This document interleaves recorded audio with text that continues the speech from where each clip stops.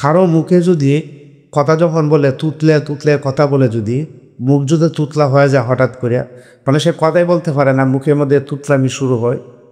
এটা আমি নিজেও আমল করছি। একসময় একজনে তুতলামি করতো, তো তারা আমি ছাত্র জীবনে আমি তার সাথে তু তু তু করতাম। এক পর্যায়ে রাষ্ট্রে কিন্তু আমারও হয়েছিল।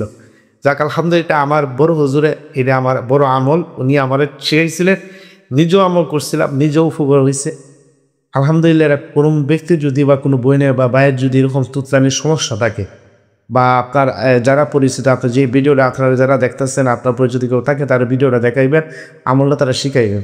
ইনশাআল্লাহ দেখবেন এই 1 সপ্তাহ বা 10 দিন ভিতরে তার তুতলামি ছুটে দেবো, ইনশাআল্লাহ ভালো হয়ে যাবে।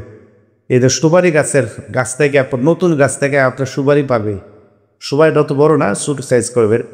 এই সুপারিটা নতুন গাছ থেকে, এখন পাড়া গাছ থেকে সুপারি ছিলেন তো, পানির সাথে মিশিয়ে খাওয়া হয়। আপনি এই সুপারির সাথে আপনার সুপারিটা চুলাই করে সুন্দর করে, এটা বলতে আমরা 1000 বার সাল্লাল্লাহু আলাইহি ওয়াসাল্লাম, আল্লাহ রাসূলের উপর একটা দরুদ শরীফ আছে, এই দরুদটা আপনি পড়বেন সাল্লাল্লাহু আলাইহি ওয়াসাল্লাম। 1000 বার পরে ফু দিবে, ফু দিয়ে আপনি মুখের মধ্যে অথবা জিহ্বার তলে অথবা জিহ্বার উপরে মুখ বন্ধ করে রাখবে। প্রতিদিন 1 ঘন্টা রাখবেন। এভাবে 1 সপ্তাহ আমল করেন, ইনশাল্লাহ দেখবেন আপনার মুখে যে তুতলামি আছে ইনশাল্লাহ সব ভালো হয়ে যাব।